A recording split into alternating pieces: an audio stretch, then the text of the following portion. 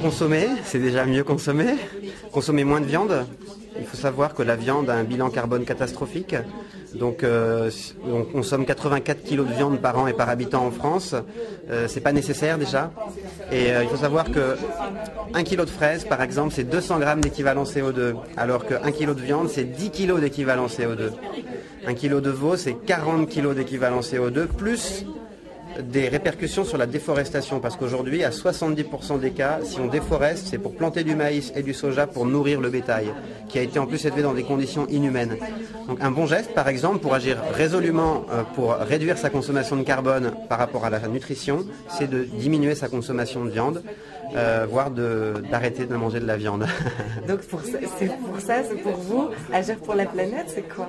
Oui, ça peut être un moyen, mais il y en a en fait de multiples, il n'y a pas un seul moyen. Et puis si on arrête de manger de la viande pour manger du poisson, là on va avoir une répercussion sur les réserves halieutiques.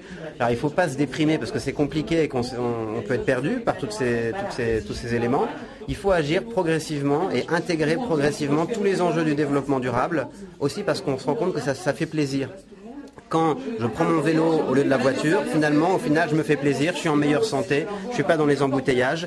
Et c'est par le plaisir qu'on peut changer le monde. C'est pour ça qu'avec Altereco, notre slogan, c'est si bon de changer le monde. Nous, chez Altereco, on prend notre pied à développer ces initiatives, à développer ces nouveaux produits qui sont toujours plus vertueux. Ça nous rend plus intelligents. Moi, avant, je me travaillais pour une entreprise multinationale classique. C'était pas amusant, c'était pas intéressant. Donc, même d'un point de vue intellectuel, c'est beaucoup plus satisfaisant de changer ses habitudes. Il n'y a que les abrutis qui ne changent pas d'avis ou de comportement. Donc, il est encore temps et on reste optimiste. Mais bien sûr.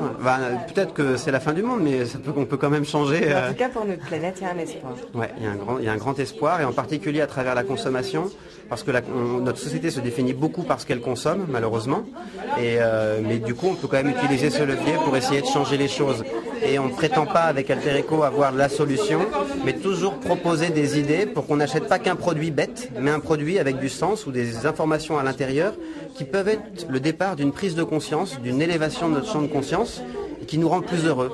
Parce qu'en fait, on n'est pas que des consommateurs qui voulons un goût pour un produit, on a un moi profond, on est des humains. Et un humain, il a besoin aussi qu'on lui parle de valeur et pas uniquement de la qualité du produit ou d'un discours marketing complètement déconnecté des qualités intrinsèques du produit. On a besoin de valeurs comme l'altruisme, comme la préservation de notre terre, pas pour être des bons samaritains, mais tout simplement parce que ça nous rend plus heureux. Bon, merci beaucoup. Merci à vous. Super.